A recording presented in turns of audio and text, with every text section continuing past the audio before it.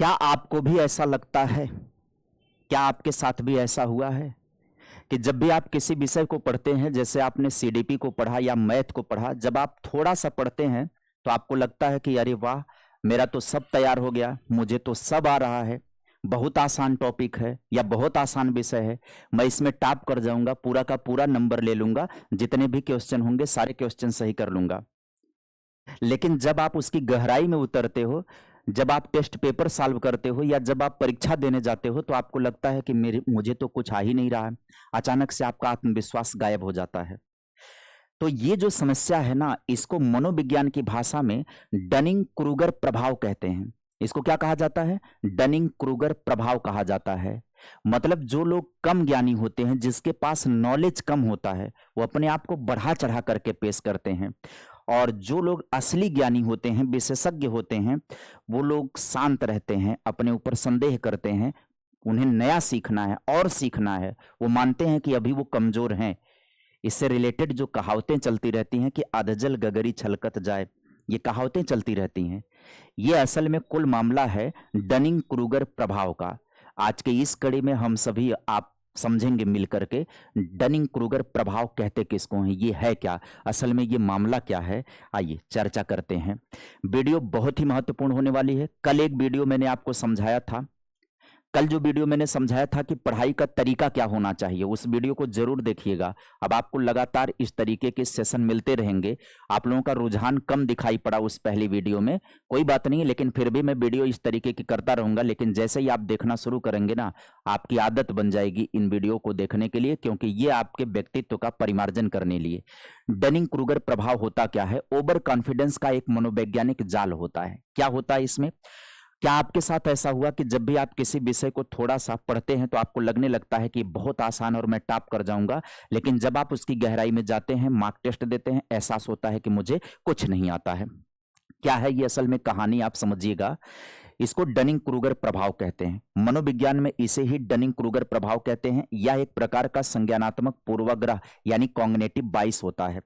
सरल शब्दों में कहें तो कम ज्ञान वाले लोग अपने ज्ञान को बहुत बढ़ा चढ़ाकर आंकते हैं ओवर कॉन्फिडेंस में, जबकि असली ज्ञानी विशेषज्ञ खुद पर संदेह करते हैं, अंडर कॉन्फिडेंस होते हैं।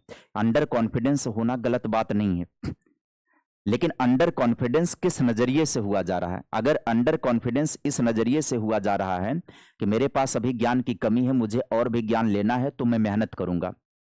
अंडर कॉन्फिडेंस तब खराब हो जाता है जब ये मान बैठे कि मेरे से नहीं हो पाएगा, मैं नहीं कर पाऊंगा।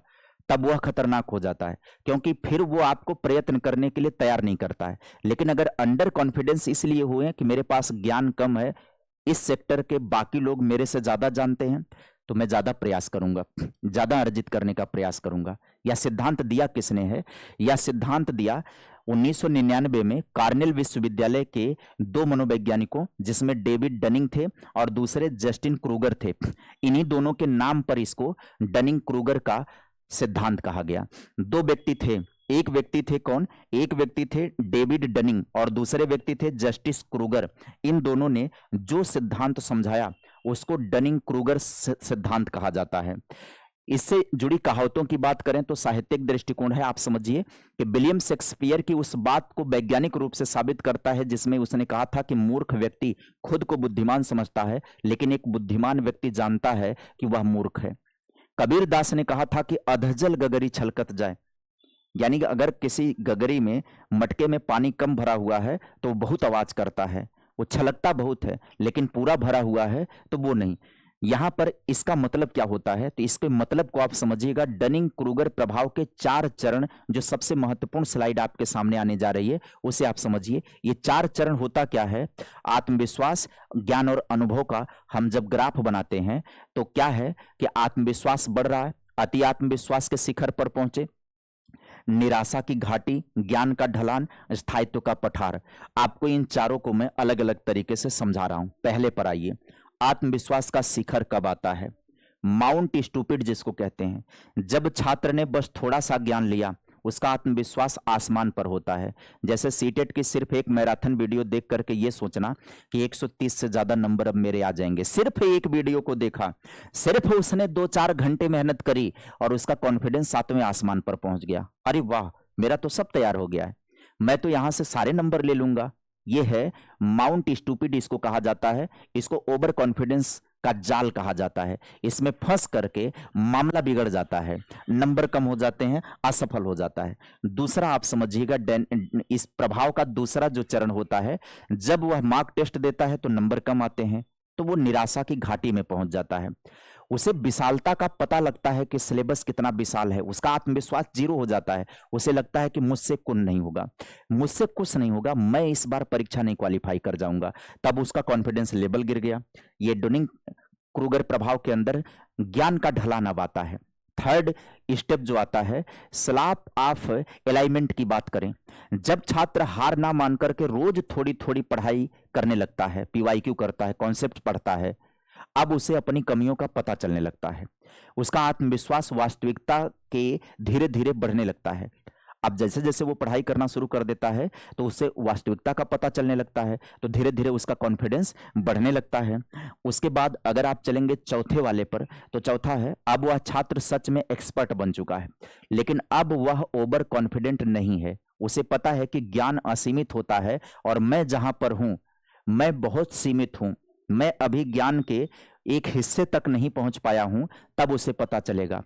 तो साथियों, मतलब ये है कि जो अल्प ज्ञानी होते हैं, जो कम मेहनती होते हैं, वो बहुत जल्दी ही उतला जाते हैं, बहुत ज्यादा उफान आ जाता है उनके अंदर। थोड़ा सा पढ़ा नहीं कि एकदम पगलाहट आ जाती है कि अरे मैं ऐसा कर लूंगा।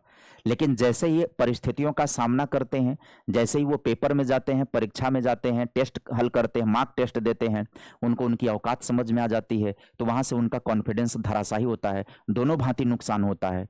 कॉन्फिडेंस का बहुत ज्यादा हो जाना, ओवर कॉन्फिडेंस का हो जाना, ये भी नुकसान करता है, और कॉन्फिडेंस का गिर जाना, ये दोनों नुकसान करता है। इन दोनों से पार पाने की जरूरत होती है, इन दोनों से बाहर निकलने की जरूरत होती है। और बाहर निकला कैसे जा सकता है?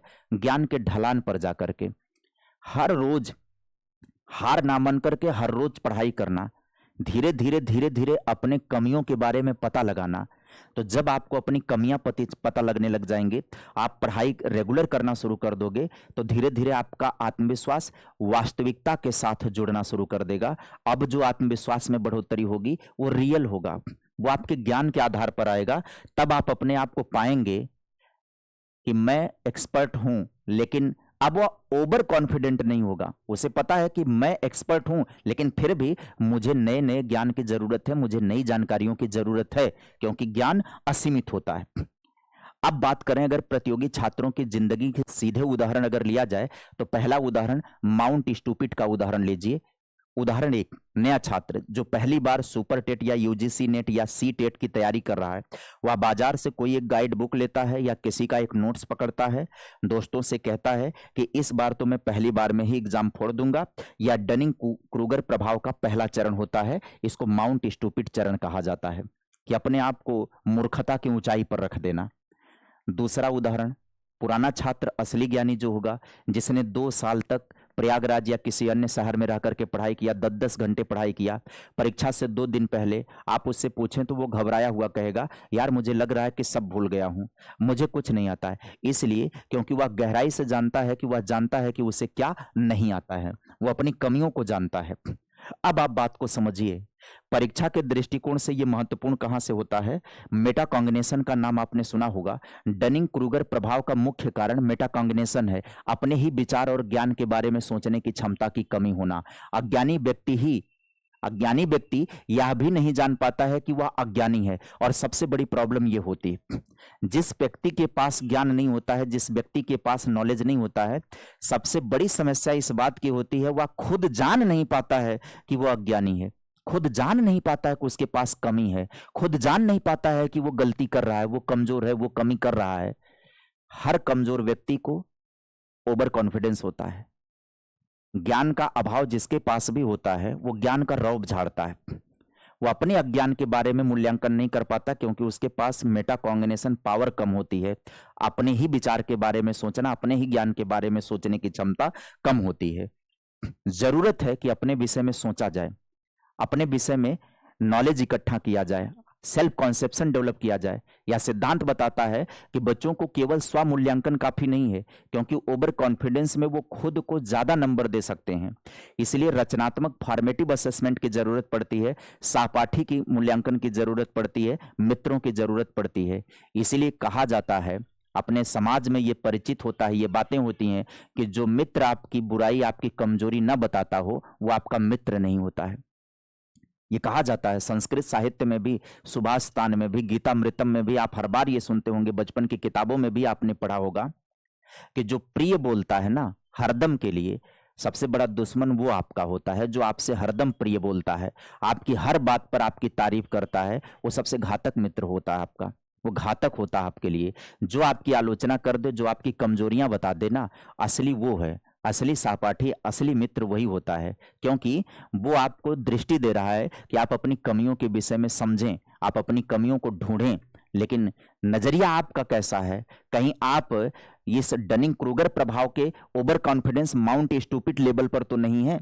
कहीं ऐसा तो नहीं है कि आप अति विश्वास के जाल में हैं और आपको अपने मित्र की जो आलोचना है वो बर्दाश्त ही नहीं हो रही कि कोई कमी हमारी कैसे बता रहा है, पलट करके हम उसकी कमियां बताएं, हम उससे रिश्ते तोड़ने लगें, उससे दूर भागने लग जाएं। आमतौर पर हम लोगों के साथ यही होता है। इसलिए हम लोग इस डनिंग क्रूगर प्रभाव के माउंट स्टूपिड लेवल से बाहर नहीं निकल पाते हैं और मूर्खता पर मूर्खता, मूर्खता पर मूर्खता करते रहते हैं। यहां पर होना चाहिए कि मार्क टेस्ट दें। अगर आप पढ़ाई में ऐसा कर रहे हैं, पढ़ाई में ये चीजें आ रही हैं, तो आपको क्या करना है? आपको अपने आप को मार्क टेस्ट में शामिल करना है।